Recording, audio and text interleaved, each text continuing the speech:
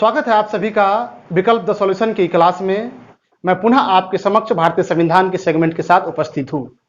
आज के इस महत्वपूर्ण लेक्चर में हम बात करेंगे नागरिकता, भारतीय संविधान के भाग 2। भारतीय संविधान के भाग 2 में नागरिकता के संबंध में बात किया गया है, तो आज हम इसी पे चर्चा करेंगे। इस चैप्टर की महत्ता का अंदाजा जरा आप लगाइएगा।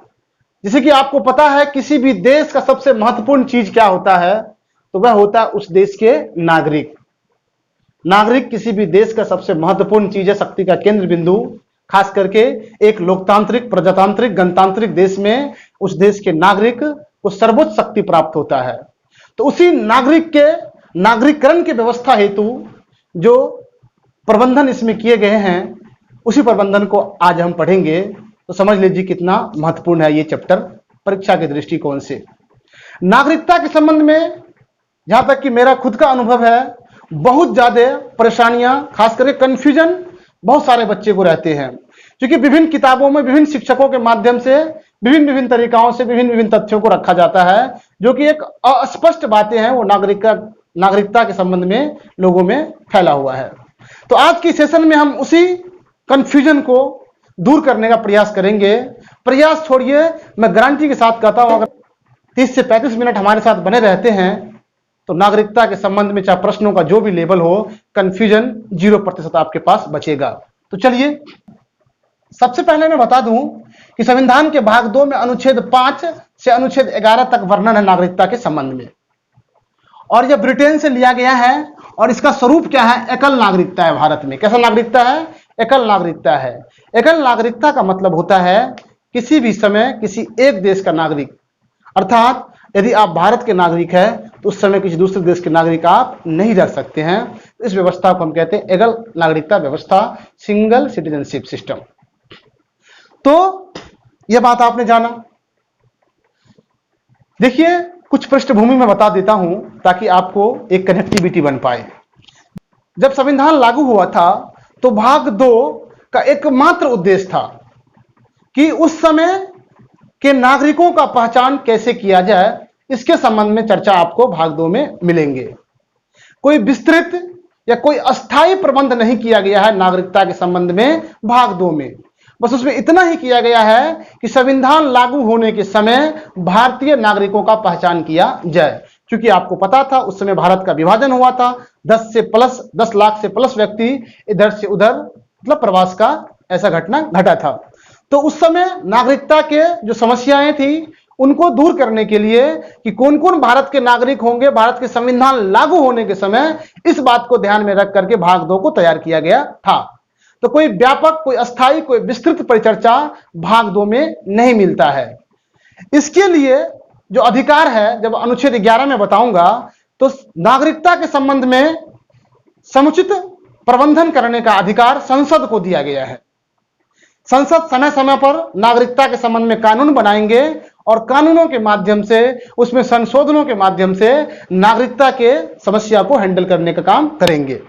तो चलिए, आपसे एक प्रश्न पूछा जाता है कि निम्न में से किस में नागरिकता के संबंध में व्यापक एवं विस्तृत चर्चा मिलता है? और पहला ये ऑप्शन होता है भाग 2। थोड़ा सोचिएगा, भाग 2 में बड़ा ही छोटा उद्देश्य है नागरिकता का, संविधान लागू होने के समय नागरिकों की पहचान करना। जो व्यापक परिचर्चा है, नागरिक कैसे नागरिकता प्राप्त किए जाएंगे, कौन कौन से लोग आने वाले समय में भारत के नागरिक होंगे, नागरिकता छीना कैसे जाएगा, नागरिकता त्यागा कैसे जाएगा, इन सब के संबंध में जो विस्तृत चर्चा है वो नागरिकता अधिनियम 1955 में लागू किया गया था, दिया गया था। नागरिकता अधिनियम 1955, नागरिकता अधिनियम 1955। और बाद में कई बार इसमें संशोधन हुआ, जैसे कि मुख्य रूप से 1987, 1992, 2003, 2004 में भी कुछ परिवर्तन हुआ, 2005, 2015 और 2019, जिसमें कि आपको मुख्य रूप से 2019 में जब CAA बिल आया था तो बहुत सारा हंगामा हुआ है, उस पर भी हम बड़ा ही प्रमुखता से बात करेंगे। केवल 2019 का महत्वपूर्ण नहीं है, सारे संशोधनों को हम एक एक करके और क्रिस्टल क्लियर होकर जानेंगे, और जो भी प्रश्न है यहां से बनने के भरपूर संभावनाएं रहते हैं। तो नागरिकता अधिनियम जो 1955 आया है, अगर परीक्षा के दृष्टिकोण से देखिएगा तो भाग 2 से ज्यादा महत्वपूर्ण नागरिकता अधिनियम 1955 है, और साथ में उसमें किए गए संशोधन भाग 2 से भी ज्यादा महत्वपूर्ण है नागरिकता अधिनियम 1955, क्योंकि इसमें व्यापक परिचर्चा की गई है, और जहां बात व्यापक की आती है तो प्रश्न भी वहीं से पूछा जाता है। तो हमारा जो पढ़ाने का टेक्निक है, आज सिर्फ हम पहले जो है हम नागरिकता अधिनियम 1955 को पढ़ाएंगे, अब फिर संपूर्ण अनुच्छेदों को पढ़ाएंगे। क्योंकि कंफ्यूजन को दूर करना है तो आपको मेरे तरीका से पढ़ना होगा। तो हम आज पहले नागरिकता अधिनियम 1955 को जानेंगे, और अगले लेक्चर में या इसी लेक्चर में हम बात करेंगे बाद में जाके नागरिकता का संबंध जो भाग 2 से है, अनुच्छेद 511 से है। तो चलिए हेडिंग लगाइएगा, नागरिकता अधिनियम 1955। नागरिकता अधिनियम 1955, नागरिकता अधिनियम 1955। सबसे पहला जो प्रश्न यहां से बनता है कि निम्नलिखित में से किस में नागरिकता के संबंध में विस्तृत परिचर्चा मिलता है, तो वह आपका आंसर हो जाएगा नागरिकता अधिनियम 1955। इसमें विशेष रूप से बताया गया है कि भारतीय नागरिकता को कैसे प्राप्त किया जा सकता है, एक्विजिशन कैसे किया जा सकता है, नागरिकता की प्राप्ति और समाप्ति, किस प्रकार भारतीय नागरिकता प्राप्त किए जा सकते हैं और किस प्रकार नागरिकता को समाप्त किया जा सकता है, उनके क्या क्या आधार होंगे। तो पहले हम प्राप्ति के बारे में जानेंगे, फिर जानेंगे समाप्ति के बारे में। तो प्राप्ति में यह बताया गया है कि भारतीय नागरिकता को निम्न 5 तरीकों से प्राप्त किया जा सकता है। 5 तरीकों से प्राप्त किया जा सकता है। इसमें पहला है जन्म से, दूसरा है वंशानुगत, तीसरा है पंजीकरण, चौथा है देशीकरण, पांचवा है भूमि विस्तार।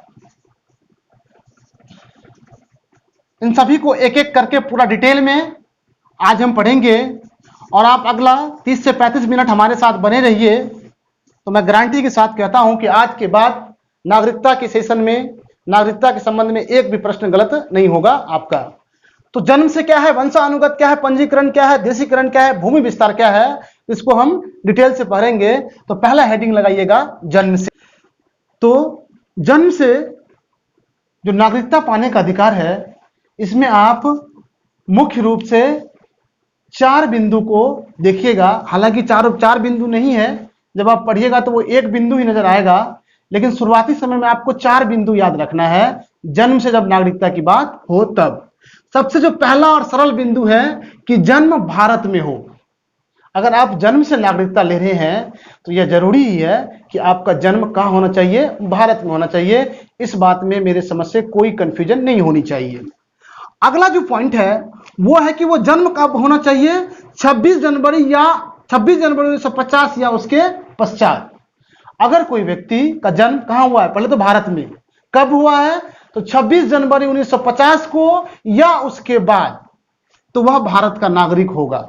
इसमें पहले इतना लिखा गया था, लेकिन हुआ क्या, इस पॉइंट को मैं अभी समझा रहा हूं। 26 जनवरी 1950 या उसके बाद अगर कोई व्यक्ति भारत में जन्म लिया है तो वह भारत का नागरिक होगा। लेकिन इसके आधार पे इस कानून का गलत उपयोग होना शुरू हो गया। जो भी हमारे पड़ोसी देश से लोग भारत में घुसपैठिए, उनके बच्चे इस कानून के अंतर्गत स्वतः भारतीय नागरिक बन जाते थे।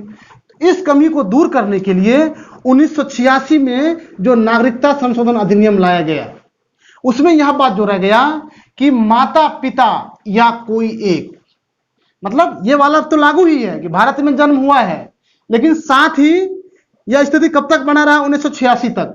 1986 में जो संशोधन हुआ उसमें जोड़ा गया कि माता पिता या उसमें से कोई एक के भारतीय नागरिक होने पर ही बच्चे भारतीय नागरिक होंगे। ठीक है, अब इसमें क्या हुआ, ये हो गया। अब इसमें पुनः सुधार किया गया 2003 में। 2003 में क्या सुधार किया गया कि माता पिता या कोई एक तो भारत का नागरिक होगा, साथ ही अगर मान लीजिए कोई दूसरा, मान लीजिए सिर्फ पिता या सिर्फ माता भारतीय नागरिक है, लेकिन दूसरा जो है वह गैर कानूनी रूप से प्रवासी नहीं होना चाहिए। ऐसा नहीं कि कोई आदमी गलत तरीके से भारत आया और उसने यहाँ के वास्तविक नागरिक से शादी किया, तो एक आदमी तो क्या हो गया, गलत तरीके से प्रवासी हो गया। अगर ऐसा कंडीशन भी पाया जाता है तो बच्चे को भारतीय नागरिकता प्रदान नहीं किया जाएगा। तो वर्तमान का कंडीशन ये है, ओवरऑल कंडीशन क्या है लास्ट का, ये है कि कोई व्यक्ति अब क्या है जो 2003 के बाद भारत में जन्म लिया है, उसके माता पिता या उसमें से कोई एक तो नागरिक होगा, साथ ही में दोनों में से कोई भी गलत तरीके से अर्थात गैर कानूनी रूप से भारत में प्रवास नहीं किया हो। तो यह है जन्म के आधार पे। इसमें 3 बिंदु क्या थे कि जन्म तो भारत में होगा ही होगा, 26 जनवरी 1950 से उसके बाद जन्म अगर कोई व्यक्ति भारत में लेता है तो वह भारत का नागरिक होगा। बाद में इसका गलत उपयोग होने लगा, तो इसमें क्या बदलाव किया गया 1986 के संशोधन में कि माता पिता या कोई एक यदि भारत का नागरिक है तब जाके बच्चे भारत के नागरिक होंगे। और पुनः 2003 में इसमें भी क्या किया गया कि गैर कानूनी रूप से कोई प्रवास नहीं होना चाहिए। मतलब कोई माता या पिता, मान लीजिए सिर्फ माता नागरिक है, पिता नहीं है नागरिक, लेकिन यह देखा जाएगा कि क्या पिता गलत तरीके से भारत में तो आके नहीं बस गया है। अगर गलत तरीके से बसेगा तो फिर नागरिक नहीं माना जाएगा, लेकिन अगर गलत तरीके से नहीं बसा होगा, लीगल डॉक्यूमेंट से बसा होगा, तब उसके बच्चे को भारतीय नागरिकता दिया जाएगा जन्म के आधार से। तो जन्म के आधार पे बस यही एक जो पैरामीटर है ये सेट किया गया है, इसके अलावा कहीं कुछ नहीं है। तो वर्तमान का परिदृश्य यही है, माता पिता या कोई एक भारत का नागरिक है और साथ ही माँ बाप में से कोई भी एक गैर कानूनी रूप से या दोनों तो हो ही नहीं सकते हैं, गैर कानूनी रूप से प्रवास नहीं हो। तो यह था जन्म के आधार पे। मैं उम्मीद करता हूं कि आप लोगों को पूरी तरह समझ में आया होगा। अगला बिंदु लगाइएगा वंशानुगत। वंशानुगत में आपको सबसे पहले यह जानना पड़ेगा कि जो जन्म होगा बच्चे का वह भारत से बाहर होगा, भारत से बाहर होगा। लेकिन चूंकि उसके माँ बाप भारत के नागरिक रह चुके हैं, भारत के नागरिक रह चुके हैं, तो उस आधार पर बच्चे को भारतीय नागरिकता प्रदान किया जाता है। अब डिटेल में देखते हैं कि जन्म कहाँ हुआ, भारत से बाहर। जन्म कहाँ हुआ सर जी, भारत से बाहर। इसमें क्या कंडीशन दिया गया है, वही 26 जनवरी 1950 के बाद अगर कोई बच्चे का जन्म भारत से बाहर हुआ है तो वह भारत का नागरिक होगा, तो वह भारत का नागरिक होगा।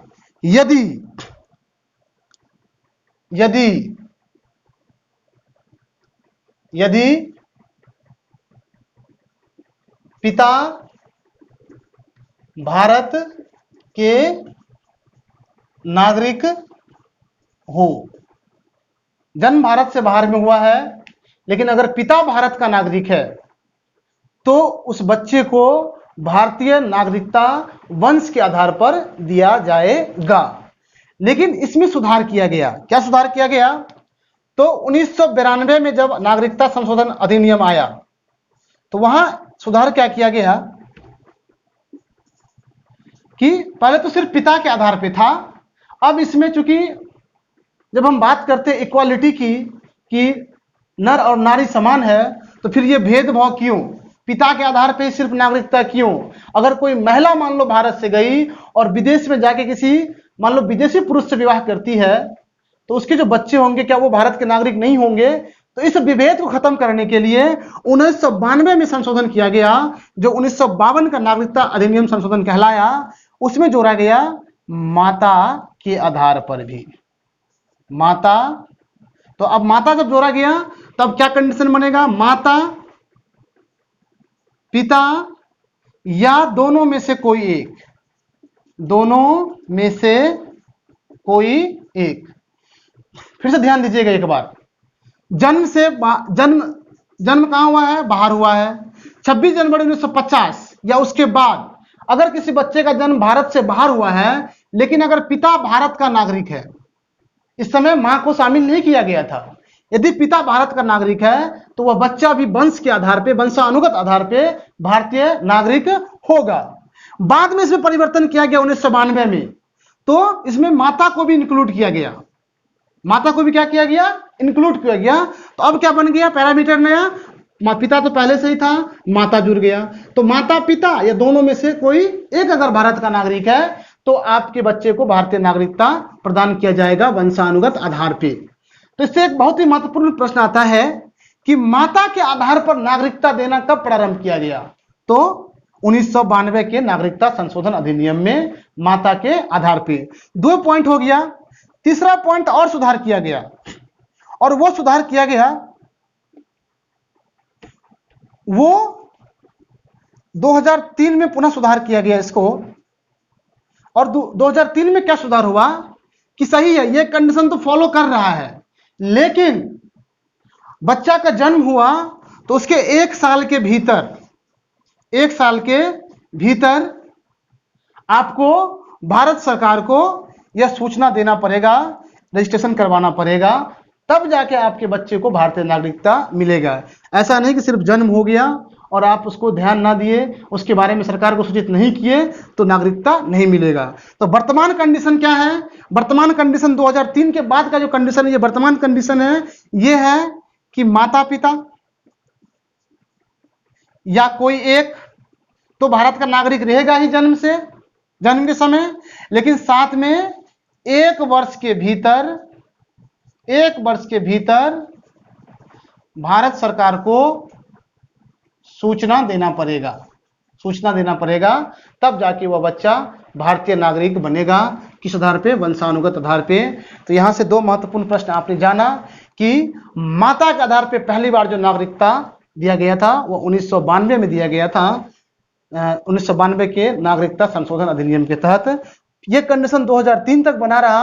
अब जो वर्तमान का परिदृश्य है वह है कि माता पिता दोनों में से एक या दोनों भारत का नागरिक हो, और साथ ही 1 वर्ष भीतर भारत सरकार को इस बात का सूचना आपको देना पड़ेगा, रजिस्ट्रेशन करवाना पड़ेगा, एप्लीकेशन डालना पड़ेगा, तब जाके आपके बच्चे को वंश के आधार पे नागरिकता दिया जाएगा। तो उम्मीद करता हूं कि यह भी जो सेक्शन है आपको समझ में आया होगा, जरा सा कंफ्यूजन की बात ही नहीं है। जैसे जैसे मैं लिख रहा हूं वैसे वैसे आप भी नोट बनाइए, जैसे जैसे मैं बोल रहा हूं वैसे क्लियर कर दीजिए। उसमें भी 3 पैरामीटर मैंने बताया था, इसमें भी 3 पैरामीटर था। शुरुआती पैरामीटर वही था 26 जनवरी 1950, या उसके बाद भारत से बाहर, वंशानुगत में याद रखिएगा भारत से बाहर, पिता भारत का नागरिक है तो बच्चा भी भारत का नागरिक होगा। 1992 तक ये स्थिति बनी रही। उसके बाद माता को भी इंक्लूड किया गया इक्वालिटी के आधार पे, माता भी। तो अब क्या हो गया नया कंडीशन? माता पिता या कोई एक। फिर 2003 में जो परिवर्तन हुआ वह माता पिता के साथ 1 वर्ष के भीतर सरकार को सूचित करना पड़ेगा। तो यह था आपका वंशानुगत। अगला हेडिंग लगाइएगा पंजीकरण। अगला हेडिंग लगाइएगा पंजीकरण। पंजीकरण का जो सबसे महत्वपूर्ण चीज है कि आप एप्लीकेशन के माध्यम से भारतीय नागरिकता के लिए अप्लाई कर सकते हैं, जिसके लिए सबसे महत्वपूर्ण चीज है कि आपको भारत में 5 वर्ष तक रहना पड़ेगा, और यह अवधि पहले कितना था? 6 मंथ। तो बस देखिए जो महत्वपूर्ण चीजें हैं वो मैं लिख रहा हूं, बाकी की उलूल फुलूल बातें लिख के कंफ्यूजन खुद भी हो और दूसरे को भी करे, ऐसा हमारा मंशा नहीं है। तो आप इसमें मैं बहुत ही कम लिखूंगा। इसका सबसे महत्वपूर्ण पॉइंट है कि 5 वर्ष आप भारत में रहो, पहले अवधि 6 माह। कभी कोई पूछ जाता है कि अब जो 5 वर्ष है पहले कितना था ये अवधि? तो पहले 6 माह। और यह कंडीशन क्यों लाया गया? क्योंकि जन्म और वंश के आधार पर एक संकुचित एक स्थिर जनसंख्या को भारत का नागरिकता प्रदान होता था। सपोज करो कि कोई भारतीय पुरुष किसी विदेशी महिला से विवाह करता है, तो भाई शादी करके तो यहां लाएगा कि नहीं लाएगा? बिल्कुल लाएगा। तो मान लीजिए कितना दिन तक बिना नागरिक बने ये रहेंगे यहाँ पे, क्योंकि बहुत सारे कम अधिकार है। बिना नागरिक बने आप वोट नहीं डाल सकते हैं, आप मतदान में भाग नहीं ले सकते, आप खड़ा नहीं हो सकते हैं इलेक्शन में। तो इसके लिए अब क्या होगा? क्योंकि इसके पास तो कोई भी जन्म के आधार पे या वंश के आधार पे कोई भी सर्टिफिकेट नहीं है। तो इस तरह की समस्याओं को दूर करने के लिए इस पर पंजीकरण व्यवस्था को लाया गया, अतः आप पंजीकरण के माध्यम से नागरिक बन सकते हैं। अगर मान लीजिए आप विवाह करने वाले हैं या विवाह कर लिए हैं, या मान लीजिए आप भारत सरकार में जॉब कर रहे हैं बहुत दिनों से, तो आप भारतीय नागरिकता के लिए रजिस्ट्रेशन करवा सकते हैं। इसके लिए सबसे इंपॉर्टेंट चीज क्या है कि 5 वर्ष आपको भारत में रहना पड़ेगा, तब जाके आप नागरिकता के लिए अप्लाई करेंगे। अगला हेडिंग लगाइएगा देशीकरण। देखिए देशीकरण सिंपल अर्थों में जान लीजिए कि देशीकरण के लिए जो तरीका है देशीकरण के माध्यम से नागरिकता प्रदान करने का, उसमें 3-4 पॉइंट है जहां लोग कंफ्यूज होते हैं, तो मैं उसको थोड़ा गणितीय स्टाइल में आपको समझाने का प्रयास करता हूं। देखिए, देशीकरण के माध्यम से नागरिकता लेने के लिए एक मैप तैयार किया गया है, जिस मैप को बोलते हैं 14 ईयर्स मैप। 14 वर्ष के एक मैप को देखा जाता है, 14 वर्ष के व्यक्ति का रिकॉर्ड देखा जाता है। अगर किसी व्यक्ति को देशीकरण के माध्यम से नागरिकता प्रदान करेगी भारत सरकार, तो उसके लिए 14 वर्ष के मैप को देखेगी। अगर मान लीजिए आपने 2015 में देशीकरण के माध्यम से अप्लाई किया है, तो पिछले 14 वर्ष, कहने का मतलब 2001 तक के रिकॉर्ड को खंगाला जाएगा आपका। तो देशीकरण के माध्यम से नागरिकता लेने के लिए 14 वर्ष के रिकॉर्ड को खंगाला जाता है। अब उस रिकॉर्ड को खंगालने का तरीका क्या है? तो इस 14 वर्ष के अंदर में आपको भारत में 12 वर्ष रहना है। क्या करना है? 12 वर्ष आपको भारत में रहना है। 14 वर्ष का जरूरी नहीं कि लगातार 12 वर्ष, बीच में गैप भी हो सकता है ना, तो बीच में गैप भी हो सकता है। कहीं आप चले जाएंगे, जिस देश के आप पहले निवासी है वहां चले जाएंगे, नागरिक है वहां चले जाएंगे। तो 14 वर्ष का मैप तैयार किया जाता है, और इस मैप 14 वर्ष में यह जरूरी ही है कि कम से कम आप 12 वर्ष भारत में समय बिताए हो। और इस 12 वर्ष को भी काटने का तरीका है, 11 वर्ष तो एक साथ और 1 वर्ष एक साथ। इस 12 वर्ष को मैंने लिख दिया 11 + 1 वर्ष। कोई दिक्कत है? तो 14 वर्ष के अंतर्गत आपको देखा जाएगा क्या आप भारत में 12 वर्ष रहे हैं। जब 12 वर्ष पे आएंगे तो उस 12 वर्ष को भी हम देखेंगे 11 + 1 वर्ष में। आप कहिएगा ये क्या है सर जी? तो इसको समझिएगा। मान लीजिए जब आप अप्लाई कर रहे हैं, देशीकरण के माध्यम से नागरिकता के लिए अप्लाई कर रहे हैं, उससे पूरा 1 वर्ष पहले तक आपको लगातार बिना गैप किए भारत में रहना पड़ेगा। अगर मान लीजिए 2001 ईस्वी में या 2000 मान लीजिए 20 ईस्वी में आप भारतीय नागरिकता के लिए अप्लाई कर रहे हैं, तो 2019 से 2020 तक लगातार 12 महीने बिना कहीं जाए देश से बाहर आपको भारत में रहना पड़ेगा। कहने का मतलब अप्लाई करने से 1 वर्ष पूर्व लगातार रहना पड़ेगा। और ये जो 11 वर्ष है, ये कभी कभी बीच बीच में इसमें रुकावट आ सकता है, इसीलिए 14 वर्ष का समय सीमा दिया गया है। तो 11, तो टोटल ओवरऑल जो समय सीमा है वो 12 वर्ष का है। इसमें 1 वर्ष लगातार आपको रहना है अप्लाई करने से पहले, और 11 वर्ष में रुकावट आ सकता है। तो इसके लिए जो समय सीमा है, जो न्यूनतम भारत में रहने का समय सीमा है, वो है 12 वर्ष आपको रहना है। रहने का तरीका ये है, 11 वर्ष के लिए बीच बीच में रुका के कहीं जा सकते हैं, लेकिन जब आप अप्लाई किए हैं उससे पहले 1 साल तक आप भारत की सीमा के अंदर ही रहेंगे, तब जाके इस आधार पे आपको नागरिकता प्रदान किया जाएगा। तो कितना दिन तक रहना पड़ेगा भारत के अंतर्गत? आपको 11 वर्ष, और 11 + 1 वर्ष, कहने का मतलब 12 वर्ष। और आपको पता है 11 वर्ष कैसे रहना है और 1 वर्ष कैसे रहना है। साथ ही जो भारतीय संविधान की 8वीं अनुसूची है, उनमें से जो भाषाएं हैं, कम से कम 2 भाषा आप जाने, और भारत सरकार को लगे कोई गलत एक्टिविटीज में आप ना रहे, आप पे कोई केस मुकदमा ना हो, और भारत सरकार को यह लगे कि यह जो व्यक्ति है यह भारत के हित में कार्य कर रहा है, यह भारत के लिए किसी प्रकार से नुकसानदेह नहीं है, तब जाके भारत सरकार आपको देशीकरण के माध्यम से नागरिकता प्रदान करेंगे। तो ये कितना समय सीमा है? 11 + 1 वर्ष। 1 वर्ष ये क्या है? जब आप अप्लाई कर रहे हो उससे पहले लगातार 1 वर्ष बिना रुकावट के आपको रहना पड़ेगा, 1 वर्ष। और 11 वर्ष, इस 14 वर्ष के अंतराल में आपको रुका के पूरा करना पड़ेगा 11 वर्ष। और 2 भाषा आपको कम से कम जानना पड़ेगा, तभी तो आप, मान देशीकरण का मतलब क्या? आप हमारे देश के रंग में रंग गए हैं, तो उसके लिए आपको कम से कम भाषा तो हमारे देश का जानना चाहिए। अगर आप भाषा ही नहीं जानेंगे तो हम कैसे कहेंगे कि आपका भारतीयकरण हो गया है, आपका देशीकरण हो गया है। तो समझ गए होंगे इस चीज को देशीकरण के माध्यम से। अगला जो इंपॉर्टेंट है वो है भूमि विस्तार। यह बहुत ही आसान है, हालांकि बहुत बार परीक्षा में पूछता है। खास करके चारों को ऑप्शन में दे करके या 3 को ऑप्शन में दे करके एक को अलग से दे करके इसमें प्रश्न पूछा जाता है। भूमि विस्तार, सपोज कीजिए कि आपको पता है कि गोवा जब संविधान लागू हुआ था उस समय गोवा हमारे भारत का हिस्सा नहीं था, बाद में जाके भारत का हिस्सा बना गोवा। तो भारत का हिस्सा बनने के साथ ही गोवा के जितने भी लोग थे वह भारत के नागरिक हो गए। तो जब भारत अपना भूमि विस्तार करेगा, सपोज करो कल के डेट में पाकिस्तान को अपने अंदर डाल ले भारत, तो पाकिस्तान के जो भी नागरिक होंगे वो स्वतः भारतीय नागरिक हो जाएंगे। तो अतः आपने भारतीय नागरिकता के प्राप्ति के संबंध में आपने नागरिकता अधिनियम 1955 को पढ़ा। इसके जो और भी प्रोविजन है, खास करके भी मैंने 2 संशोधन को पढ़ा है इसमें, एक 86 का, दूसरा 92 का और 2003 का ही मैंने आपको बताया। जहां मैंने आपको बताया था 1 वर्ष के अंदर आपको बताना पड़ेगा कि बच्चा पैदा हुआ है, मतलब सरकार को बताना पड़ेगा। तो इससे आगे मैं अगले लेक्चर में जितने भी महत्वपूर्ण संशोधन हुए हैं, खास करके 2019 का, इसमें बहुत ही महत्वपूर्ण परिवर्तन हुआ है, इसके मैं एक एक बिंदु को आपको बताऊंगा, और साथ ही कैसे नागरिकता त्याग किया जाएगा, और साथ ही भाग 2 के संबंध अनुच्छेद को मैं बताऊंगा।